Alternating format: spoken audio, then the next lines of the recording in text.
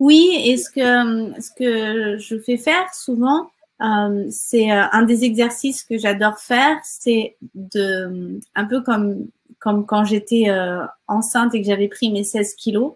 C'est pour donner un objectif en image, j'avais pris le corps d'Eva Longoria et j'avais mis ma tête dessus sur le frigo. Comme ça, à chaque fois, j'avais mon objectif en tête et je me disais, c'est ça que je veux. Et bon, après, il faut prendre quelqu'un qui est un peu dans la morphologie, si ça vous parle. Quelqu'un qui et c'est pas forcément voilà, faut que ça soit une beauté, un corps qui vous plaît. Et ce qui est aussi très aidant dans votre objectif de corps idéal, c'est d'aller chercher quelque chose que vous avez déjà, un poids, une silhouette que vous avez déjà eu. Des fois, à l'adolescence ou avant un accouchement, vous aviez déjà la silhouette idéale. C'est de prendre une photo, vous aviez ce corps et dire voilà, et vous l'accrocher et dire c'est ça que je veux retrouver. Déjà, l'ordre, il est beaucoup plus clair pour le subconscient et du coup, à chaque fois, il y a bien sûr, il va y avoir un petit travail de croyance et d'ajustement à faire, mais au moins, ça met la direction et déjà, ça te rappelle que c'est possible parce que tu l'as déjà été comme ça. Donc, soit tu l'as déjà été, dans ce cas-là, tu vas prendre une photo de toi, même si moi, je l'avais déjà été, j'avais envie d'être inspirée, donc j'avais pris cette photo-là. Et ça peut être soit une image claire ou soit juste une sensation.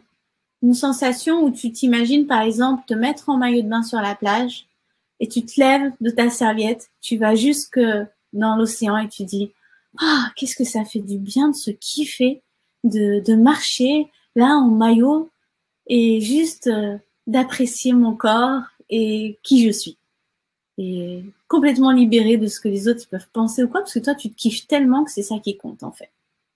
C'est juste pour vous donner différents types de manières de poser des intentions. Plutôt que de dire, je veux perdre 15 kilos, déjà, je veux perdre, oubliez. Arrêtez de dire ça parce que c'est dangereux pour le subconscient de perdre.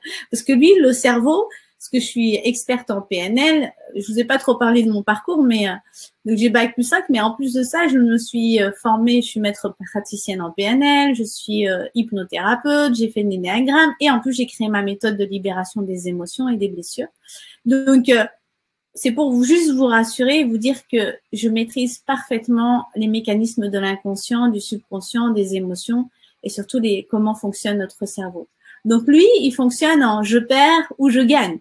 Donc si tu dis je perds, il dit non, non, non, non, non, non, mauvais, mauvais, mauvais. Il veut surtout pas perdre en fait. Parce que c'est pas bon. Pour lui, il faut tout le temps qu'il gagne. Donc, plutôt que de dire je veux perdre du poids, je veux me sentir bien et je veux avoir le poids idéal. Je veux me sentir bien dans mon corps. Je veux, voilà, me regarder, mettre mes vêtements et me dire ah, j'adore. Et là, c'est beaucoup plus clair. Parce que ça se trouve, en plus, ça veut rien dire, parce que selon les morphologies, des fois, tu vas peser plus. Moi, je sais que des fois, plus je faisais du sport, plus je prenais du poids. J'ai jamais eu trop de balance à la maison. Là, je crois, on en a même pas. Je sais même pas si elle marche. Mais c'est pas ça qui compte. C'est que c'est vraiment le ressenti d'aimer son corps, de te sentir bien quand l'autre il regarde ton corps, quand ton chéri regarde ton corps, quand ta chérie elle te regarde, et que toi tu aimes ton corps. D'ailleurs, c'est un des exercices aussi que je fais faire. On travaille beaucoup avec le miroir pour faire des libérations. Et je vais pas trop tout vous dire.